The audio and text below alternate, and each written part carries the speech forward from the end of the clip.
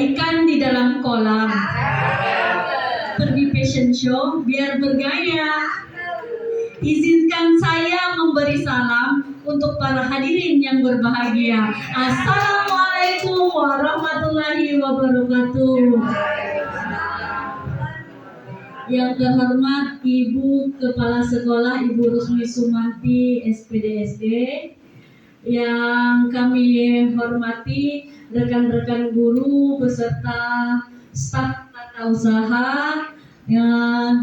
yang pada hari ini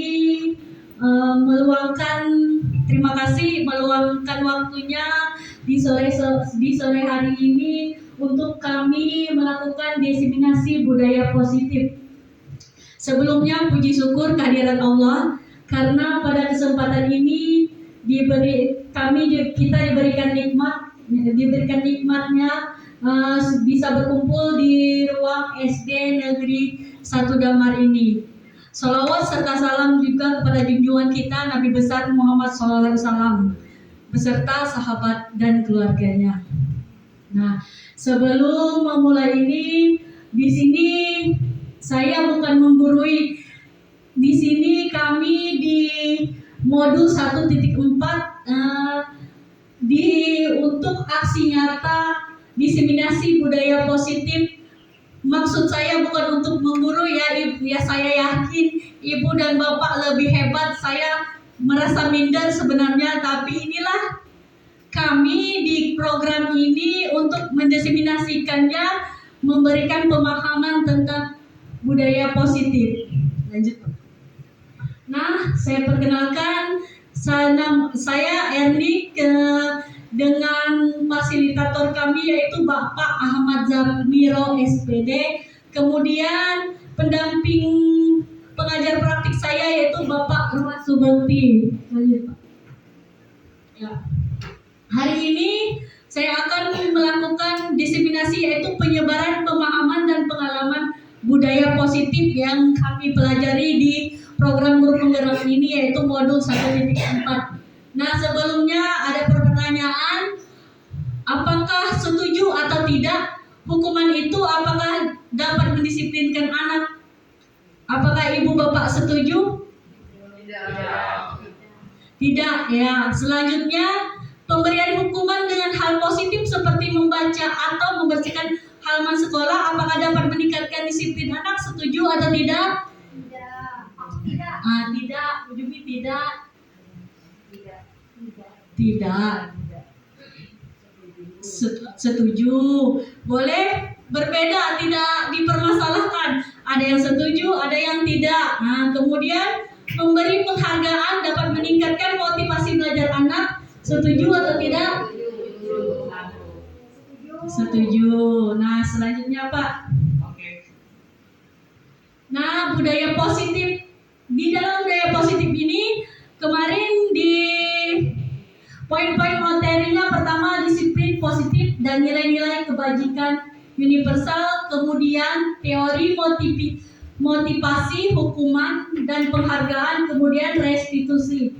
Ketiga ada keyakinan kelas, kemudian kebutuhan dasar manusia dan dunia berkualitas, 5 posisi kontrol, dan terakhir segitiga restitusi. Apakah makna disiplin? Disiplin itu berasal dari bahasa Latin yaitu disciplina yang artinya belajar. Namun disiplin itu adalah membuat seseorang menggali potensinya untuk menuju sebuah tujuan, apa yang mereka hargai, apa yang mereka yakini, apa yang nilai-nilai kebajikan yang mereka yakini. Namun dalam budaya kita, disiplin berubah menjadi sesuatu yang dilakukan seseorang pada orang lain untuk mendapatkan kepatuhan. Kepatuhan itu kecenderungan umum adalah menghubungkan kedisiplinan itu sesuatu yang tidak nyaman. Sesuatu yang tidak nyaman bukan apa yang dihargai atau pencapaian suatu tujuan yang mulia. Nah, disiplin yang artinya pada mulanya berasal dari unsur intrinsik di budaya kita berubah menjadi sesuatu motivasi yang di luar kita, yaitu motivasi ekstrinsik. yang seharusnya pada dasarnya adalah motivasi intrinsik, yaitu menghargai apa yang kita yakini untuk mencapai suatu tujuan. Ya seperti itu Pak. Ya. Lanjut. Disiplin positif. Disiplin positif itu merupakan suatu pendekatan mendidik anak untuk melakukan kontrol diri dalam mencapai tujuan yang mulia. Mencapai tujuan yang mulia. Ki Hajar Dewantara, yaitu di dalam tujuan pendidikan, kita itu menuntun, membimbing sesuai dengan kodrat anak, yaitu kodrat zaman dan kodrat alam dan kodrat zaman, untuk mereka mencapai kebahagiaan dan keselamatan yang setinggi-tingginya sebagai manusia ataupun sebagai anggota masyarakat. Nah, disiplin ini dengan tujuan pendidikan Ki Hajar Dewantara yang dimaksud ini seperti tadi, disiplin diri itu harus memiliki motivasi yang beliau cetuskan itu dari internal, dari diri sendiri, bukan berasal dari eksternal. Nah, sebagai pendidik, tujuan kita menciptakan anak yang memiliki disiplin diri sehingga mereka bisa berperilaku dengan mengacu pada nilai-nilai kebajikan universal dan memiliki motivasi intrinsik bukan ekstrinsik. Selanjutnya, nilai-nilai kebajikan universal. Nilai-nilai kebajikan adalah sifat-sifat positif manusia yang merupakan tujuan mulia yang ingin dicapai setiap individu. Nilai tersebut bersifat universal dan lintas bahasa, suku bangsa, agama, maupun latar belakang. Setiap perilaku atau perbuatan memiliki suatu tujuan. Di dalam modul sudah dijelaskan ya, itu menurut Dr. William Glasser pada teori kontrol 1984. Dengan mengaitkan nilai kebajikan yang diyakini seseorang, maka motivasi intrinsiknya akan terbangun, sehingga menggerakkan motivasi dari dalam untuk mencapai tujuan yang mulia.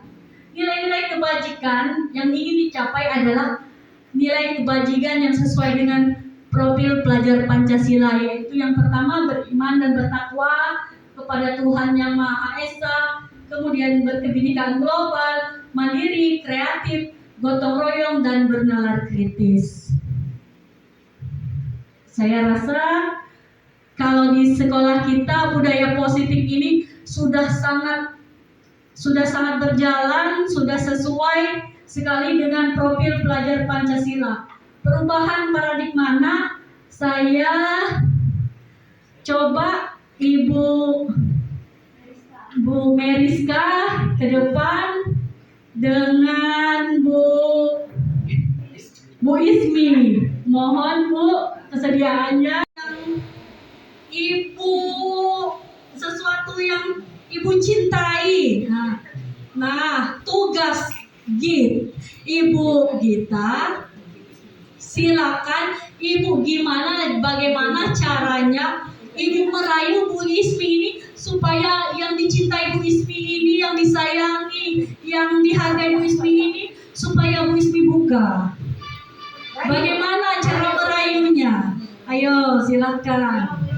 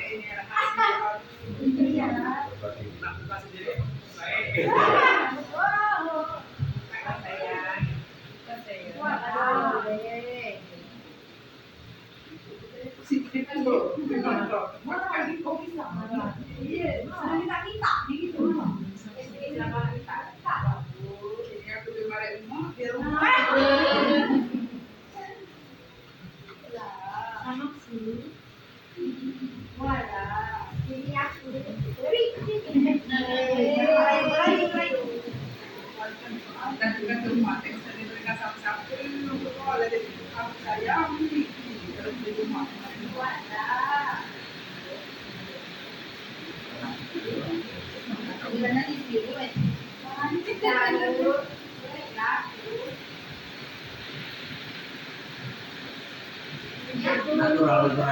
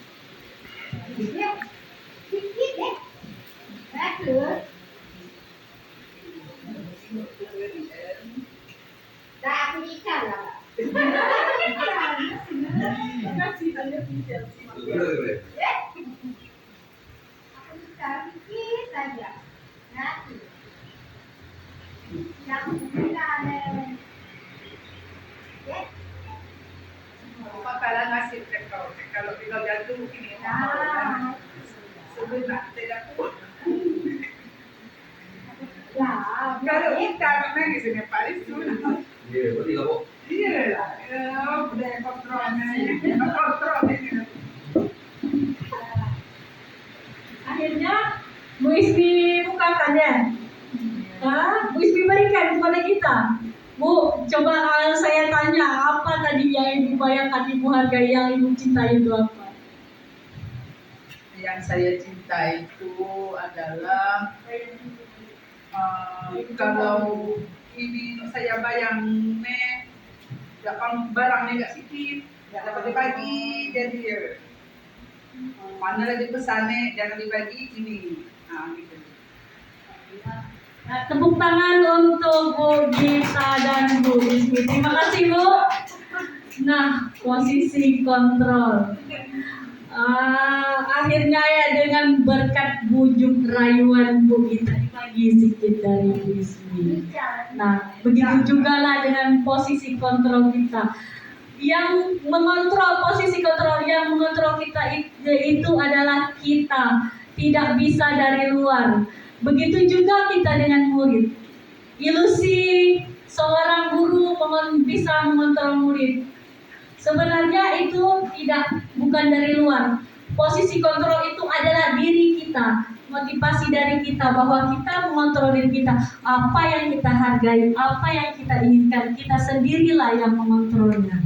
Nah, di dalam kita terhadap murid ada teori kontrol menurut Dr. William Glasser.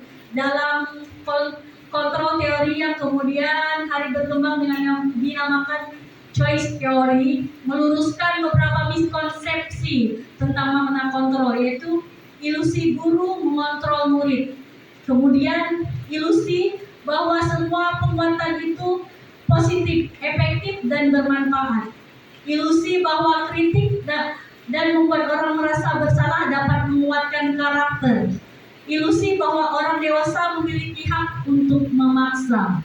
Nah, lanjut Pak. Kemudian teori motivasi perilaku manusia. Tadi sudah disinggung, teori motivasi itu berasal dari 3, yaitu pertama motivasi eksternal. Yang pertama untuk menghindari ketidaknyamanan atau hukuman. Apa yang akan terjadi apabila saya tidak melakukannya? Seperti misalnya melakukan piket. Apabila mereka termotivasi untuk piket karena mendapat hukuman, itu berdasarkan motivasi eksternal. Kemudian untuk mendapatkan imbalan dari orang lain atau mendapatkan penghargaan. Itu juga merupakan motivasi eksternal. Pertama, teori motivasi perilaku manusia itu hukuman, kemudian penghargaan, yang ketiga untuk menghargai diri sendiri, yaitu kita mempunyai nilai-nilai kebajikan yang ada pada diri kita. Itulah yang menjadi tugasnya, yang harus di dalam tujuan Ki Hajar Dewantara itu, motivasi internal, tujuan dari disiplin dan budaya positif tadi. Hukuman dan penghargaan. Kemudian hukuman itu tidak terencana, bersifat satu arah, menyakiti murid baik secara fisik maupun psikis. Kemudian penghargaan itu hanya efektif dalam jangka waktu pendek, kemudian menimbulkan motivasi ekstrinsik. Aku misal aku terus belajar, aku dapat juara, apalagi diiming-imingi oleh orang tuanya dapat juara, kini aku pergi ke Momoyo beli es krim. Itu kan motivasi dari ekstrinsik. Kemudian setelah dia tidak mendapatkan juara, tidak akan dapat aku kini pergi beli es krim ke Momoyo. Berarti dia bukan menghargaiku, aku ingin sesuatu mendapat juara itu aku karena aku menghargai diri aku yang ingin dapat ilmunya, aku yang ingin pandai. Itulah sebenarnya yang kita inginkan. Kemudian penghargaan itu dapat menimbulkan ketergantungan.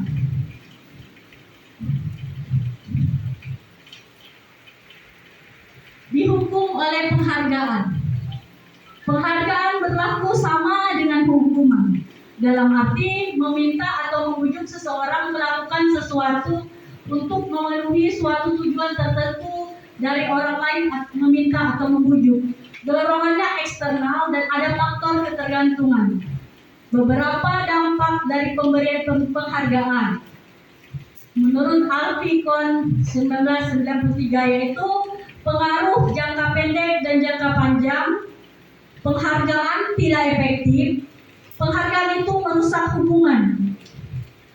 merusak hubungan antara misalnya dia anak yang pintar, yang merasa tidak pintar itu jadinya dengan teman yang pintar agak bagaimana perasaan minder.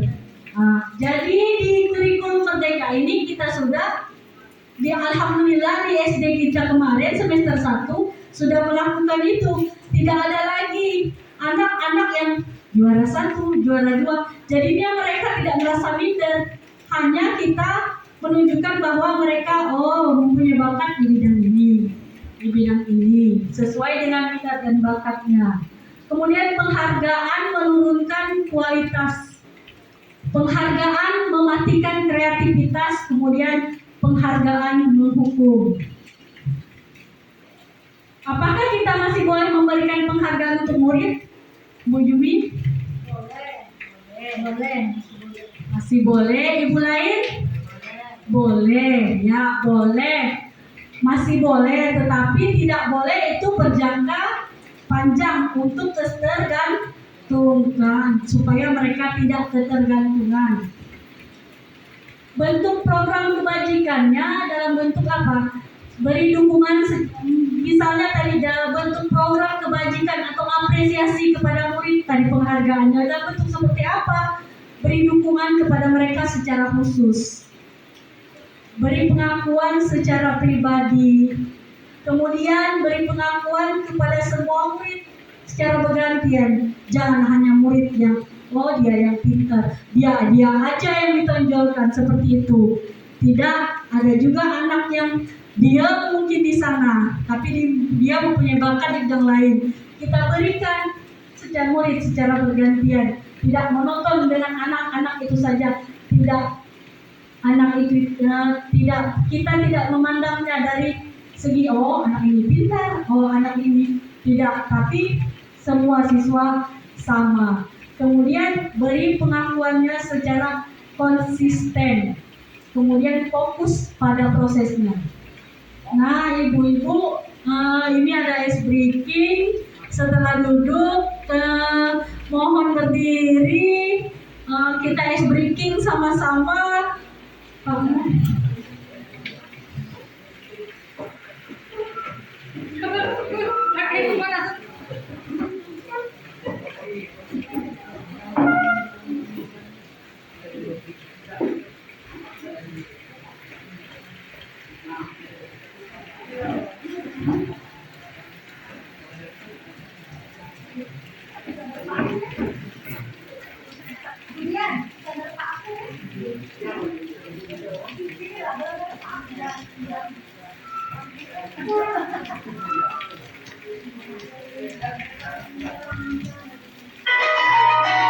AUX mode.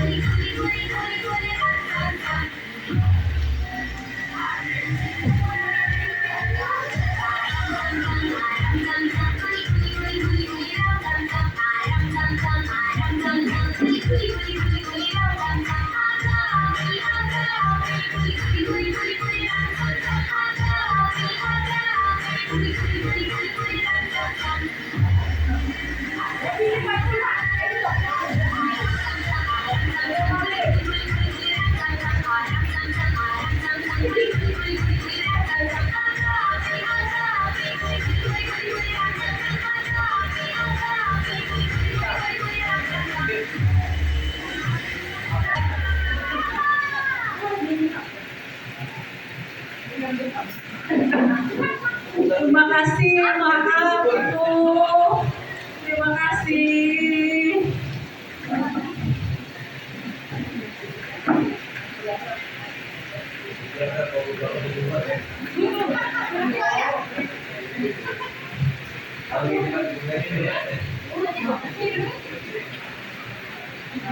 Maaf, 15 kali karena tidak menggunakan masker sekolah juga merupakan sebuah hukuman. Menggantikan kertas tugas teman yang telah dicoret-coret itu merupakan sebuah konsekuensi dari sebuah kesepakatan. Ya, membersihkan tumpahan air di meja tulis karena tersenggol pada saat belajar juga merupakan konsekuensi. Murid disuruh untuk mengenakan sepatu seharian di sekolah karena tidak mengenakan sepatu hitam. Itu merupakan sebuah hukuman. Lari mengelilingi lapangan basket 2 kali karena terlambat 10 menit untuk pelajaran PJOK merupakan konsekuensi karena sudah kesepakatan bersama sebelumnya keyakinan. Nah, itu merupakan sebuah konsekuensi. Perbedaan hukuman dan konsekuensi. Hukuman itu adalah sesuatu yang menyakitkan. Menyakitkan harus terjadi. Sedangkan konsekuensi sesuatu harus terjadi. Kemudian hukuman membuat anak sakit secara fisik maupun hati. Konsekuensi bukan anak merasa tidak nyaman dalam jangka waktu pendek. Perbedaannya. Kemudian hukuman merupakan suatu paksaan. Sedangkan konsekuensi anak menghargai disiplin karena sudah kesepakatan bersama. Kalau hukuman tidak ada kesepakatan bersama. Kemudian mendorong anak menyakiti diri sendiri merupakan suatu hukuman. Sedangkan konsekuensi mendorong anak agar sudah menyesuaikan diri. Menyesuaikan diri, kemudian di hukuman itu konsep diri yang buruk. Konsep dirinya di konsekuensi sudah baik. Anak kemudian belajar untuk menyembunyikan kesalahan. Anak di konsekuensi sudah belajar untuk mematuhi sebuah peraturan. Kemudian hukuman ada rasa marah, rasa bersalah, rasa dipermalukan, merasa tidak dihargai. Kemudian di konsekuensi kehilangan hak, dibuat tidak nyaman, diasingkan untuk sementara. Nah, sampai pada restitusi. Restitusi itu adalah proses menciptakan kondisi bagi murid untuk memperbaiki kesalahan mereka. Memperbaiki kesalahan mereka setelah berbuat salah, sehingga mereka bisa kembali pada kelompok mereka dengan karakternya yang lebih kuat. Restitusi juga merupakan proses kolaboratif yang mengajarkan murid untuk mencari solusi masalah mereka dan membantu murid berpikir tentang orang seperti apa yang mereka inginkan, yang menjadi tujuan mereka. Itu dicetuskan oleh Boston 2004. Lanjut. 9 ciri restitusi, bukan untuk menebus kesalahan, namun untuk belajar dari kesalahan itu sendiri. Nah, kemudian restitusi itu memperbaiki hubungan yang bersalah dan yang sebagai yang bersalah dan korban. Kemudian tawaran. Restitusi itu merupakan sebuah tawaran, bukan sebuah paksaan. Restitusi kemudian menuntun untuk melihat ke dalam diri kita apa yang menjadi kekurangan, apa yang menjadi kesalahan kita.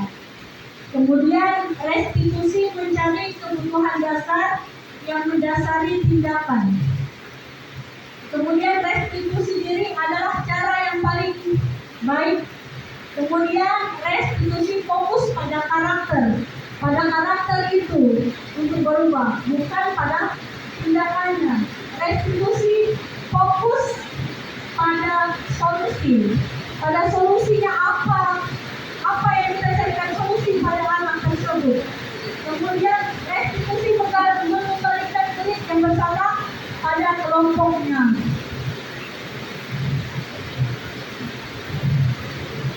Kemudian ada keyakinan jelas. Kenapa tidak peraturan saja? Kenapa harus keyakinan? Kemudian mengapa tidak peraturan saja, Bu? Mengapa harus keyakinan kelas?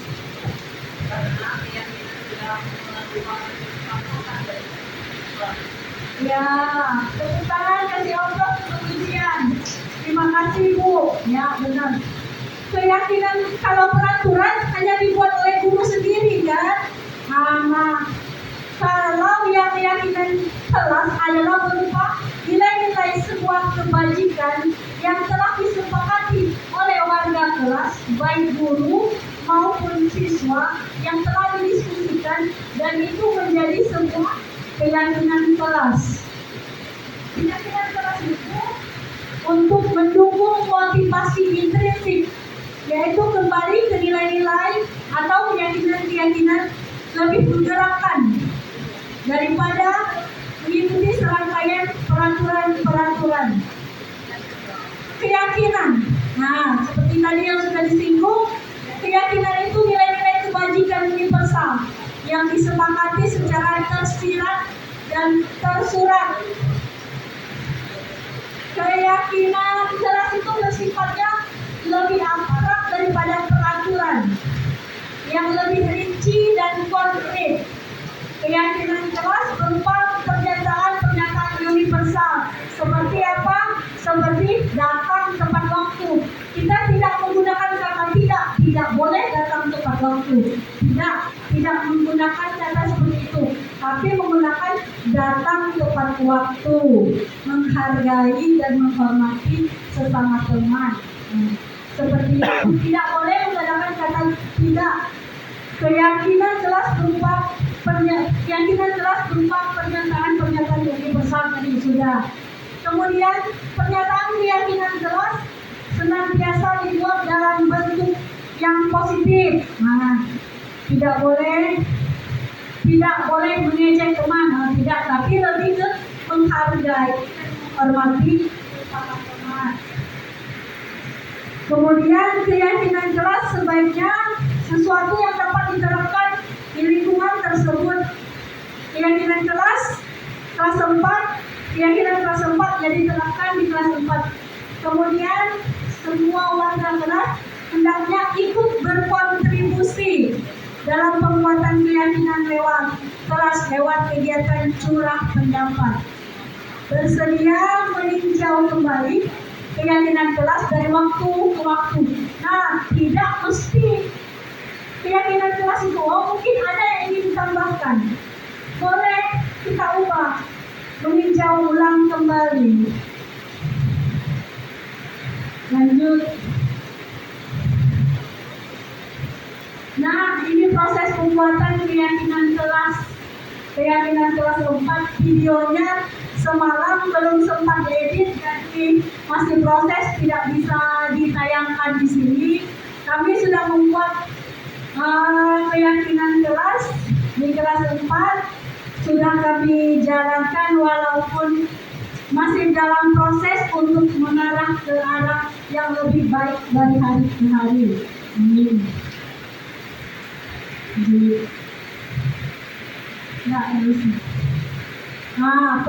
Ini ada peraturan dan keyakinan kelas. Perbedaan peraturan dan keyakinan kelas. Kalau peraturan itu selalu kembalikan buku ke tempatnya, contohnya. Nah, keyakinan kelasnya tanggung jawab, mengembalikan buku pada tempatnya. Dilarang, kalau peraturan mereka dilarang mengganggu orang lain. Kalau keyakinan kelas menghormati orang lain. Hadir di sekolah 15 menit sebelum pembelajaran dimulai. Menghormati itu dia keyakinan kelas, menghormati orang lain atau berkomitmen. Dilarang melakukan kekerasan. Di dalam keyakinan kelas tidak boleh kata dilarang, tadi harusnya keselamatan atau menghormati orang lain. Dilarang menggunakan narkoba. Di keyakinan kelas pakailah kata kesehatan misalnya. Kemudian bergantian atau menunggu giliran, itu menghormati orang lain juga. Kemudian gunakan masker, itu di kesehatan atau keselamatan. Jangan berlari di kelas atau koridor, keselamatan. Nah, kemudian selanjutnya kebutuhan dasar manusia.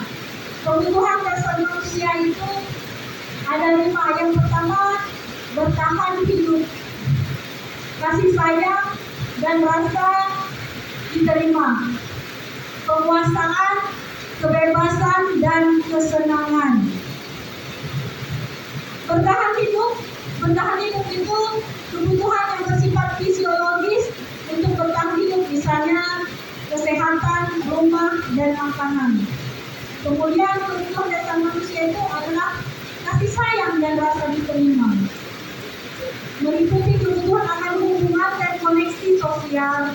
Kebutuhan ini juga meliputi keinginan untuk terus terhubung dengan orang lain seperti teman, keluarga, pasangan hidup, kerja, tentang peliharaan dan kelompok di mana bergabung. Kemudian penguasaan.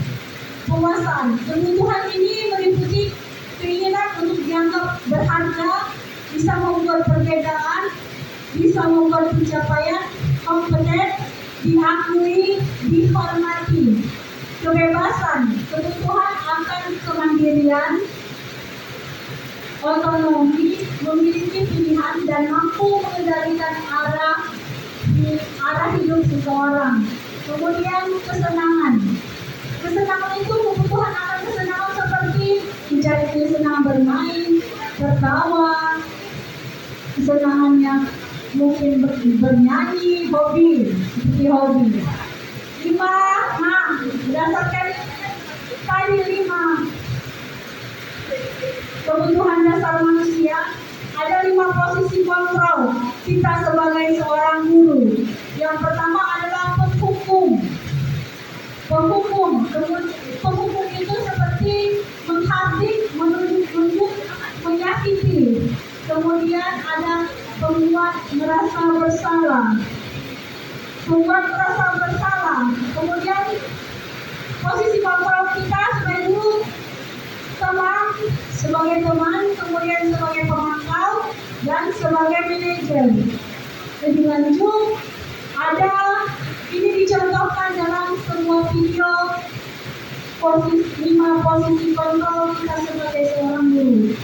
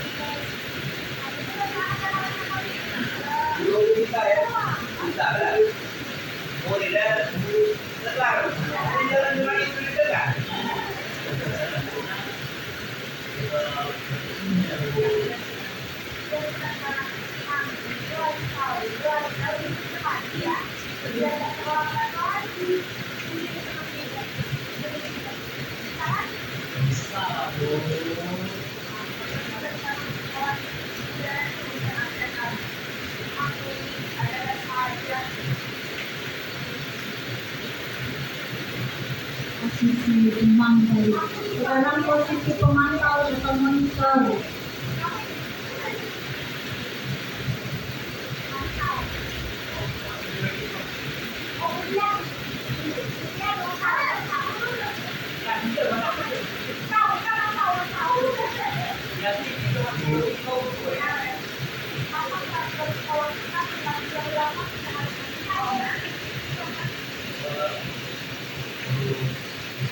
Ya, betul. Sekarang bergerak di Bogor.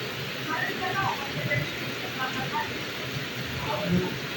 Saya harus berlepas, harus beristirahat, harus dulu. Ya, benar. Konferensi ini. Jadi nanti saya sudah berpikir, aku istirahat, aku harus berkelas, jangan bersabar,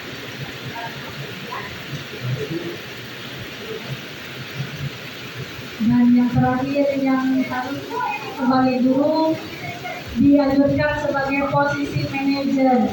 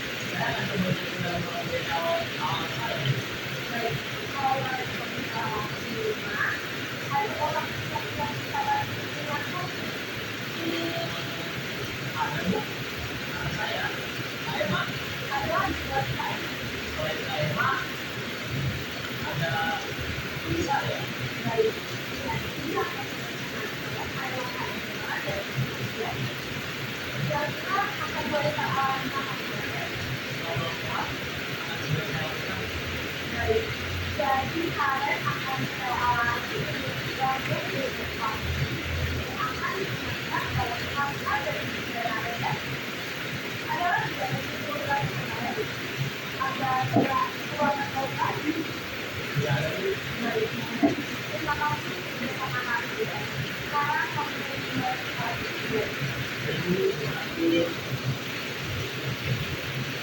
Nah, itulah video sejelas tentang 5 posisi kontrol kita sebagai guru. Saya sendiri merefleksi diri sendiri. Saya merasa saya masih di posisi kontrol, penghukum dan pembuat rasa bersalah. Tetapi sedikit demi sedikit belajar dari program pendidikan guru penggerak ini dan juga belajar dari teman-teman, sedikit berubah menjadi pemantau, kemudian tidak menjadi manajer, tapi itu butuh proses, tidak harus mentok sebagai hari ini saya belajar tentang ini, besok sudah berubah menjadi seorang manajer. Tidak, itu butuh proses, sangat butuh proses. Saya sendiri menyadari saya masih sebagai seorang guru, sebagai penghukum dan kadang-kadang juga sebagai pembuat rasa bersalah kepada siswa saya. Di sini saya ingin menanyakan pendapat Bu Lismi. Bu Lismi, posisi kontrol Bu Lismi berasa di posisi mana? Kalau saya kadang-kadang ada di posisi menghadapi, tapi kadang-kadang juga saya ada di pemantau, karena disesuaikan dengan situasi pada waktu itu, pada waktu kejadian yang terjadi. Terima kasih Bu Rizky. Pak Lis, saya ingin mendengarkan Pak Lis. Bagaimana posisi kontrol Pak Lis sebagai seorang guru? Saya yakin dengan Pak Lis.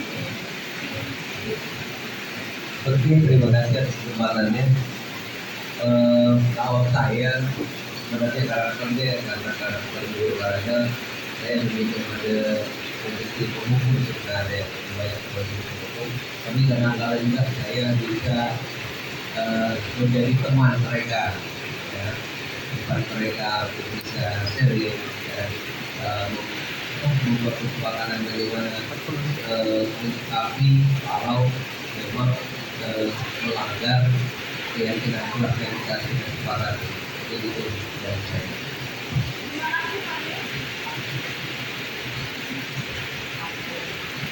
Kemudian Bu Mayati yang gimana ya itu yang memang selalu diberi hukuman, tapi kadang-kadang disesuaikan juga dengan keadaan pada waktu kita dalam menyampaikan pelajaran. Mungkin di suasana yang bagaimana kan apakah anak sudah lelah, ya, dan kecapean. Nah, jadi di apa namanya itu disesuaikan dengan kondisi untuk menjadi penghukum yang terkasih. Terima kasih Bu Sumayati, tepuk tangannya tadi. Lanjut dengan Bu Dwi. Saya persilakan Bu Dwi. Terima kasih. Mulai kebetulan mulutnya tidak ini ya, tidak kandel saya orangnya, jadi lebih ke teman gitu ya. Jadi saya tidak pernah mengikuti mereka.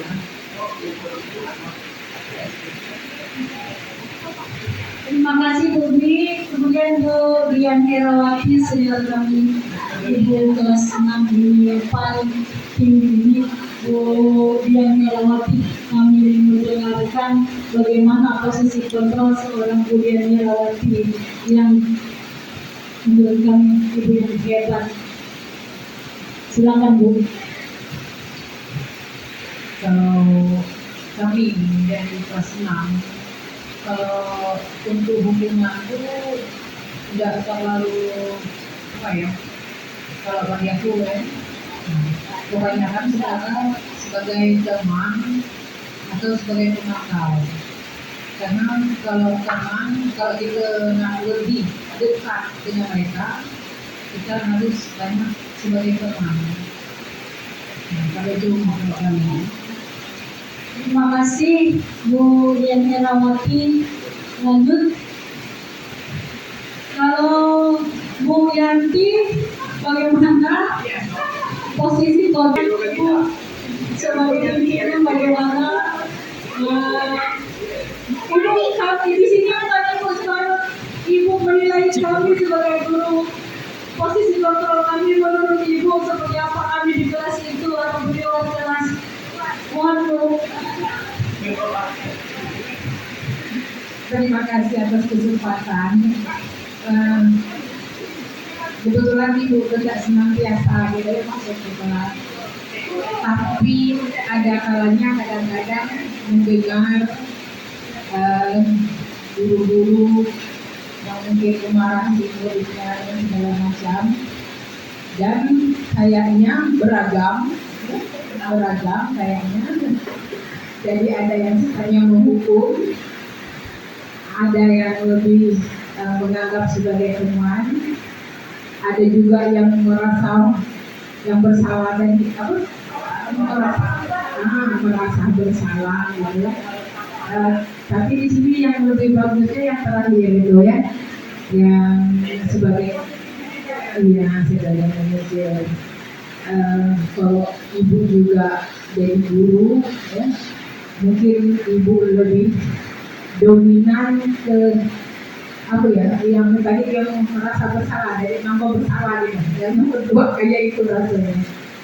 Karena terkenal sekali Pak Umi gitu ya, jadi dengan adanya kegiatan ini juga merupakan bekal gitu ya, siapa tahu nanti Ibu kembali lagi bisa mengajar gitu, kayaknya lebih menekankan ke yang nomor terakhir tadi, nomor 6 ini. di mana upaya kita agar yang merasa bersalah, yang melakukan kesalahan tadi tidak merasa cuma minder segala macam, merasa itu bersalah pula gitu ya terhadap kekeliruan-kekeliruan yang dilakukan. Banyak mungkin dulu jadi ibu gak akan menyebarkan satu persatu gitu ya. Kalau ibu Jumi, ibu hafal, kalau melihat anak-anaknya salah itu hafal sekali apa yang beliau lakukan. Kemudian ibu Dian Herawati, ibu Jua, ya. Nah, ibu Tian karena sesuai dengan situasi kondisinya di kelas 1 itu Bu Tian ya. Membuat rasa bersalah dan kalau hukuman mungkin kurang Iya. membuat rasa bersalah supaya dia tahu bahwa itu tidak perlu diulang. Karena ada yang telah berulang ya. Cara pemberitahuan bahwa ini salah ya nanti. Jadi harapan ibu juga kan kita sama-sama menggunakan materi ini berusaha gimana agar anak-anak itu merasa nyaman, ya, nyaman di kelas, nyaman belajar dengan kita, dan kita pun bukan dianggap sosok yang membuat dia takut segala macam, tidak bisa. Terima kasih untuk Ibu Kepala Sekolah. Kita kasih aplaus sama-sama. Nah, terakhir ini Bu Iqbal. Sedikit Bu, sedikit.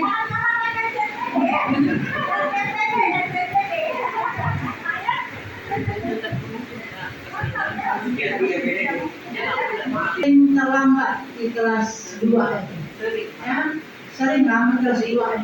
Kadang dikasih tahu besok jangan terlambat lagi, aduh malah lebih datang siang. Nah, jadi gimana itu ya? Gak diberitahu pada ini dihukum ini dipanggil ke kelas sekolah, tapi masih ya kelas 2 kami sekarang rindu itu lah makin menarik setengah 8. Jadi gak disebut dah ini dihukum dari ibu, ini dihukum pak sekolah terlambat, masukkan jam 7. Nah, jadi gimana itu pula kontrol? Kan?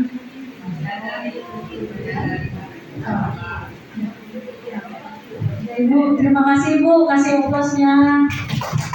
Bu Jumi, mungkin clear semua ya.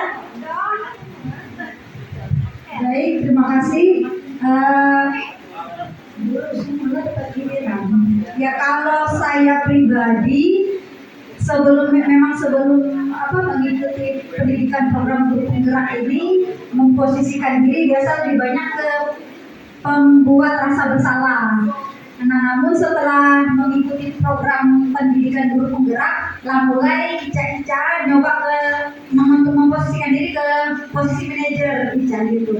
Walaupun belum ini ya, belum konsisten gitu. Nah, itu mungkin. Oke, Bita silakan.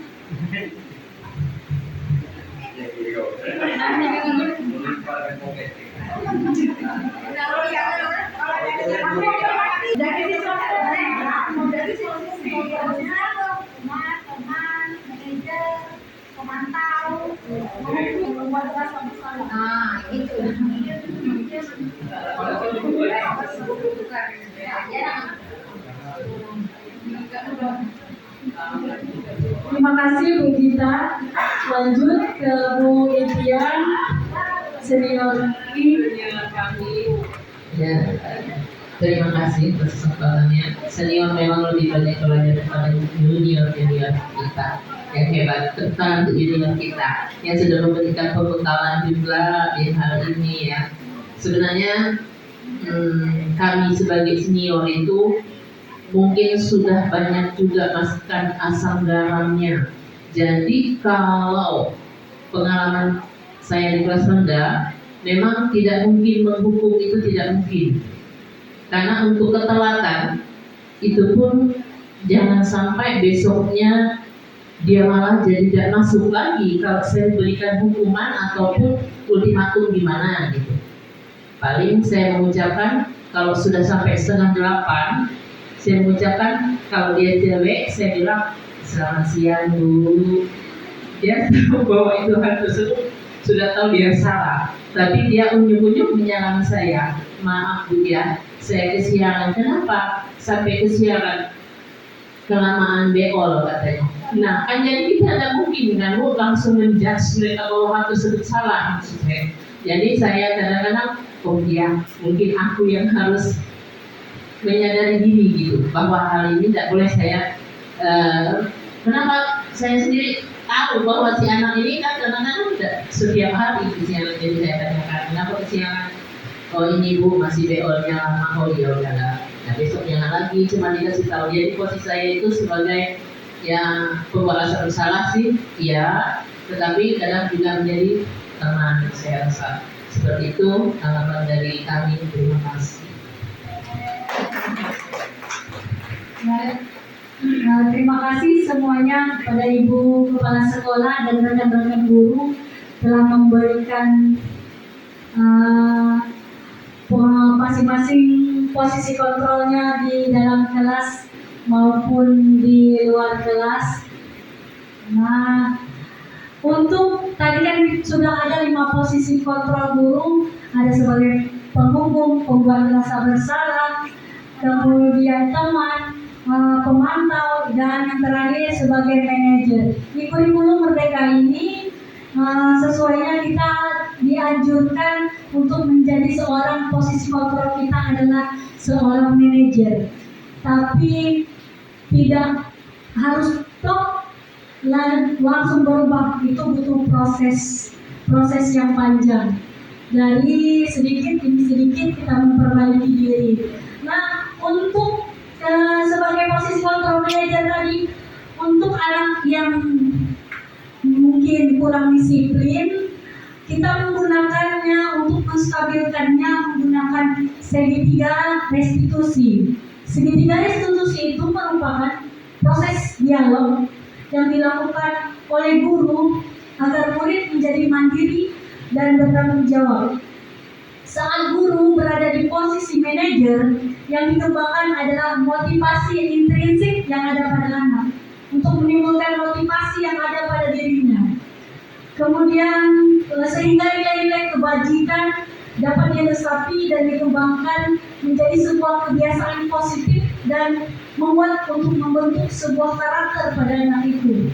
Pendekatan segitiga restitusi itu mempunyai 3, yaitu pertama kita menstabilkan identitasnya, kemudian validasi tindakannya salah. Kita tidak boleh, oh iya nak kamu salah, harus dihukum, tidak seperti itu. Tapi tindakan yang salah itu kita yakini ya nak, bahwa tindakan itu salah. Orang lain juga pernah melakukan kesalahan. Tapi bagaimana cara dia menyikapi kesalahan, sadar akan kesalahannya dan akan memperbaikinya. Kemudian kita tanyakan keyakinan apa yang telah dia langgar. Berikut ini ada video restitusi yang saya dengan kelas saya lakukan kepada anak-anak kelas 4. Mungkin tidak sempurna, tetapi ini berikut videonya.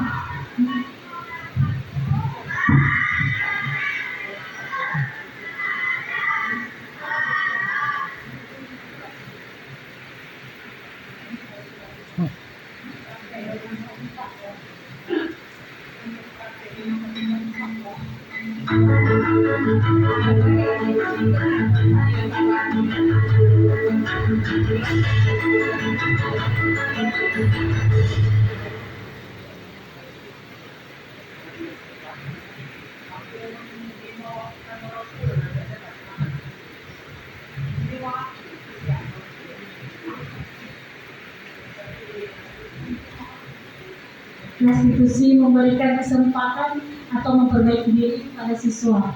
Ini ada 2 kasus. Kasus pertama,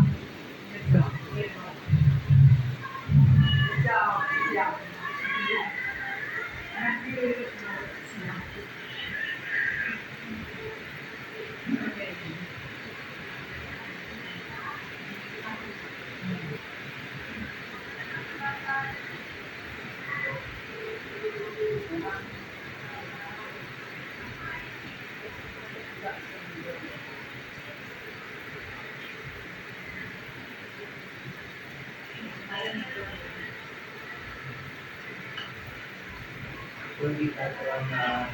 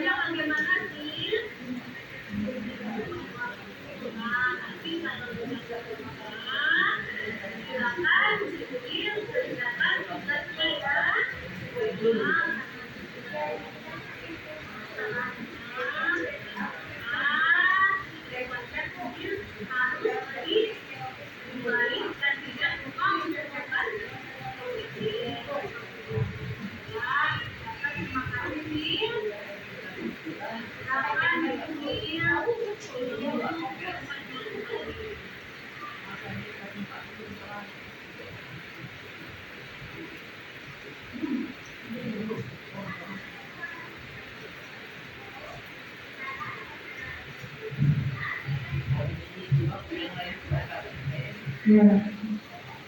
Setelah dilakukan restitusi, testimoni mereka bagaimana perasaannya setelah tidak diberi hukuman.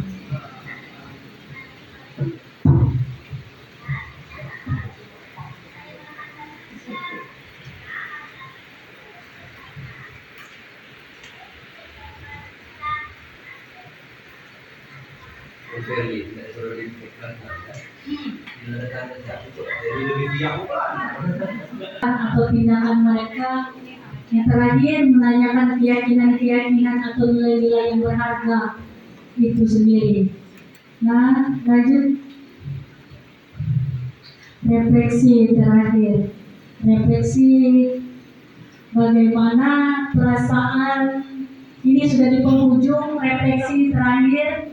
Saya rasa terima kasih kepada teman-teman. Sebelum berakhir, kita sebagai guru, saya sendiri merasa kurang refleksi diri.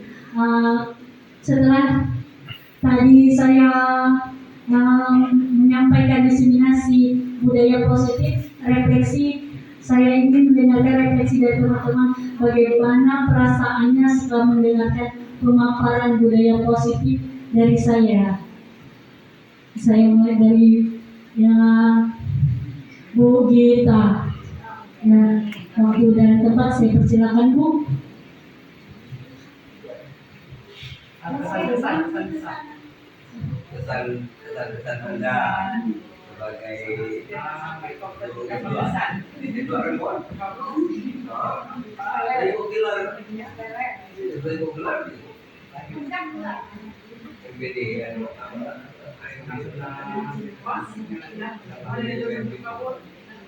dapat ilmu yang baru. Terima kasih Bu Gita. Kasih aplaus untuk Bu Gita. Lanjut Bu Itian. Bu, bagaimana perasaan Bu? Perasaan saya sudah mengikuti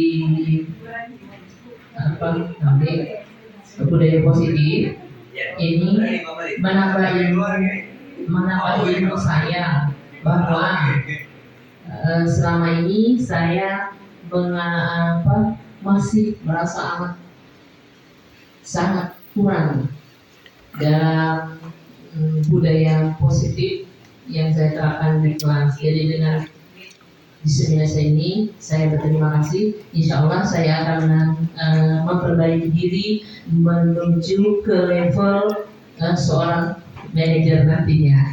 Ya.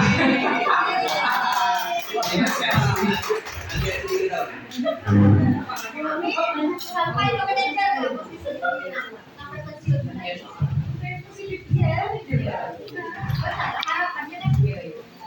Kalau saya dalam pembelajaran budaya positif sebenarnya saya ini sudah pernah juga belajar di PMN Tenaga Didik, tapi mungkin waktu dibutuhkan mau praktek saya belajar, lepas dari praktek pun buyar pelajaran.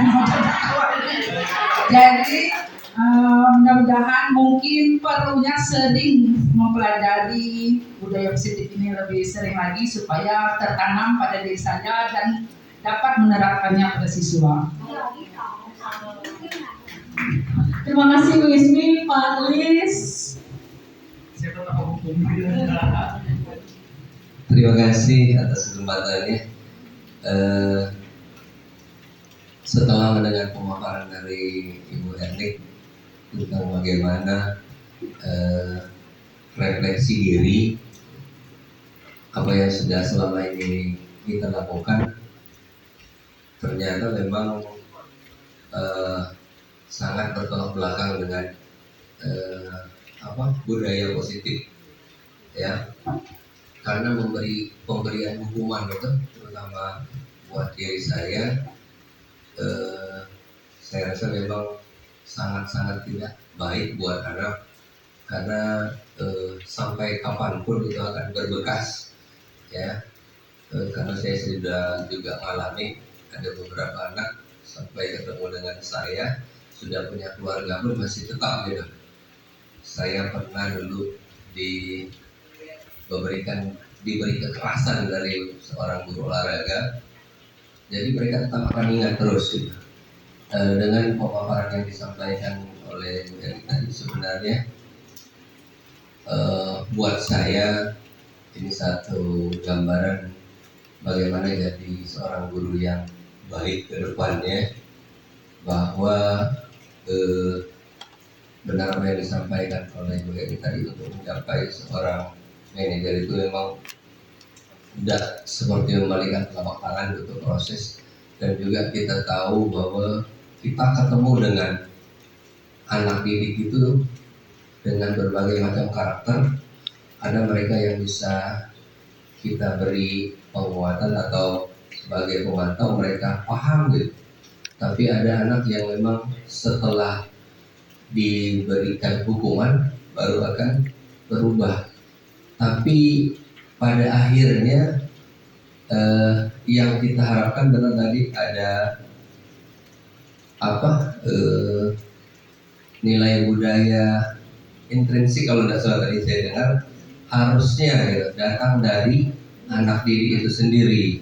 Jadi bukan karena tekanan, bukan karena hukuman gitu, tapi mereka itu untuk bisa lebih baik tentunya datang dari mereka sendiri dengan bagaimana memberikan motivasi budaya positif kepada mereka, agar mereka tahu bahwa hal seperti ini itu sebenarnya bukan buat guru tapi buat mereka lah. Itu yang mungkin yang dapat saya tangkap. Mudah-mudahan ke depannya ya saya pribadi dengan sisa masa kerja yang ada akan jauh lebih baik dan setelah mendengar pemaparan ini. Dan juga memang kurikulum Merdeka ini memang kelihatannya cukup baik untuk penanaman budaya positif kepada anak. Harapan kita ya, terutama murid-murid kita ke depan ini akan jauh lebih baik lagi dengan banyaknya rekan-rekan guru yang memang sudah sangat bagus sekali dalam pemberian materi, bagaimana cara membuat mereka dekat atau mereka paham bahwa sebenarnya budaya positif itu bukan untuk guru tapi untuk mereka sendiri. Mungkin itu yang bisa saya sampaikan. Terima kasih sekali lagi atas pertemuan hari ini. Ya, walaupun kemarin kita sudah pernah bertemu dengan Bu Juni juga dengan hal seperti ini, tapi kembali apa yang disampaikan, ujung-ujungnya balik pula Bu Ismi ya, balik lagi ke posisi awal. Kadang-kadang yang banyak itu ditumpangi oleh emosional ya, bukan sebenarnya niat untuk itu, tapi mungkin saking tidak mampu mengendalikan emosional akhirnya seperti itu yang terjadi. Sekali lagi terima kasih Bu Erni atas pemaparannya, sungguh sangat luar biasa. Mudah-mudahan kita semua ke depannya akan menjadi manajer semuanya tuh Bu Dian ya. Terima kasih Pak Alis yang mengingat waktu refleksi yang terakhir ada Ibu Kepala Sekolah, perasaan Ibu setelah mendengarkan pemaparan positif ini Bu. Terima kasih untuk waktunya yang kesekian kalinya. Jadi menurut saya apa yang dipaparkan hari ini itu merupakan ilmu bagi kawan-kawan juga semuanya, walaupun sudah pernah dipaparkan oleh Ibu Juni seminggu 2 minggu mungkin masih diberlakukan kepada anak-anak, benar kata Pak Aris, tapi selanjutnya kembali ke posisi awal lagi. Betul bahwa ini kondisi seperti ini memang kadang-kadang bersifat kondisional ya. Ada kadang di waktu emosi kita, suasana hati kita kadang-kadang dari rumah gak mood gitu ya. Ketika berada di sekolah menemukan ada niat gitu ini Pak Morris untuk menjadi manajer ya.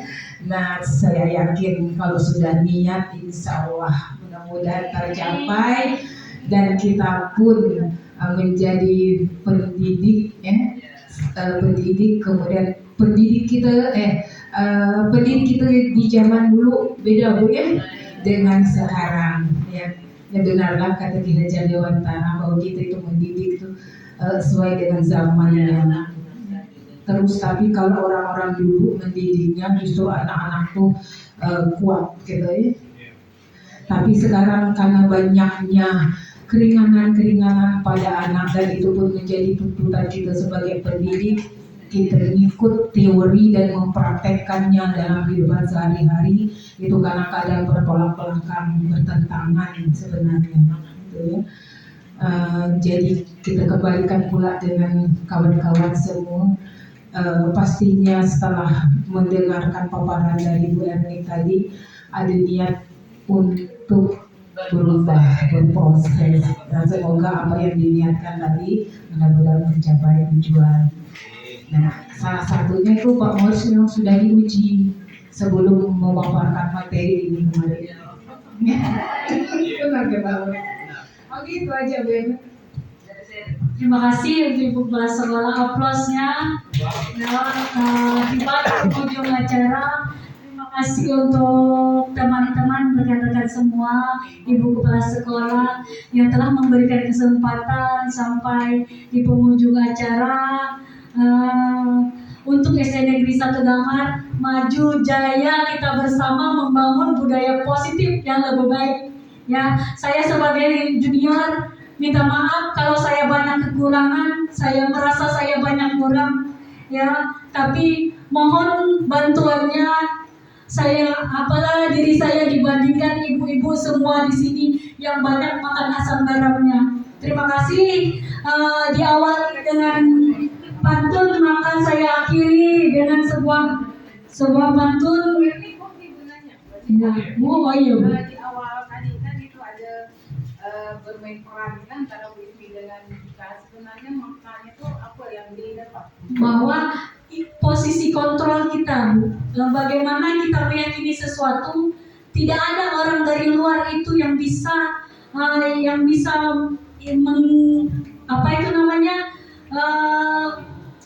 mengetahuinya, bahwa kita sendiri yang memegang kontrol apakah yang kita yakini itu, apakah kita membuka diri atau tidak, itu terserah dari kita sendiri. Kalau kita posisi kontrol kita buka, berarti keyakinan kita itu belum begitu kuat gitu Bu.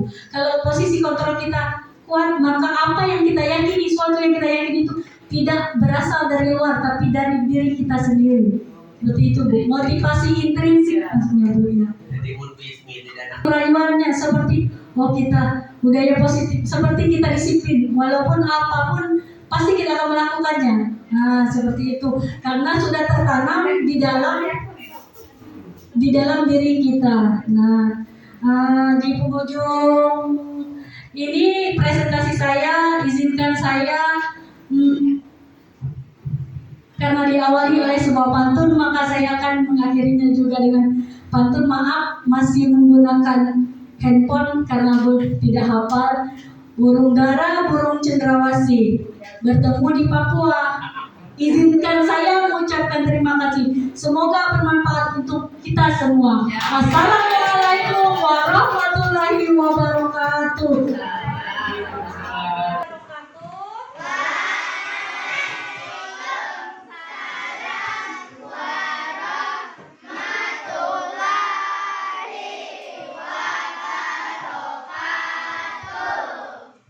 Bagaimana kabar anak-anak hari ini?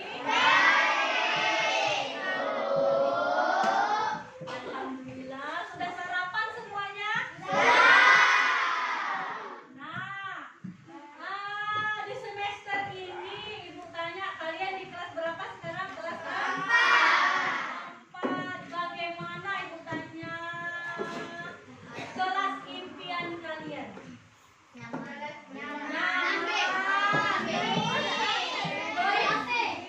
Selanjutnya coba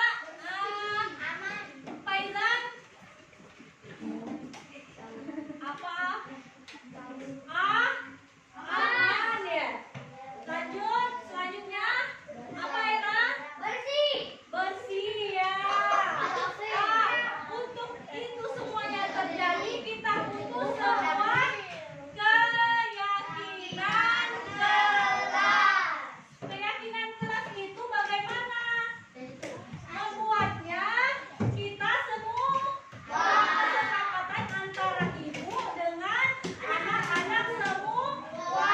Kalau sudah terjadi sebuah keyakinan kelas, maka kita laksanakan dengan penuh tanggung jawab. Ya, kita laksanakan dengan apa, Aira? Dilaksanakan dengan apa? Dengan tanggung jawab. Nah, untuk itu anak-anak, ibu berikan setiap orang satu kertas. Silakan tulis satu buah nilai-nilai keyakinan. Keyakinan kelas itu adalah sebuah nilai-nilai kebajikan, keyakinan kita untuk kelas ini supaya tercipta suasana aman, nyaman, kondusif, supaya proses belajar kita lebih baik. Nah, ini dia. Keyakinan kelas adalah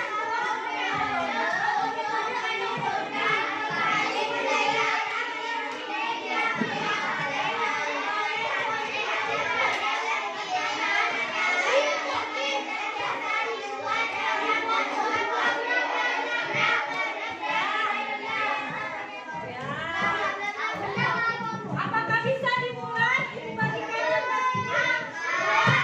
Satu kelas. Nanti setelah selesai tempelkan. Maaf ini ibu. Sedikit. Yang cewek di sebelah yang cewek sebelah sini ya. Yang cewek yang cowok bagian sebelah sini wah. Ya. Nah, ya, oke. Siap. Setiap orang berapa? Terima kasih.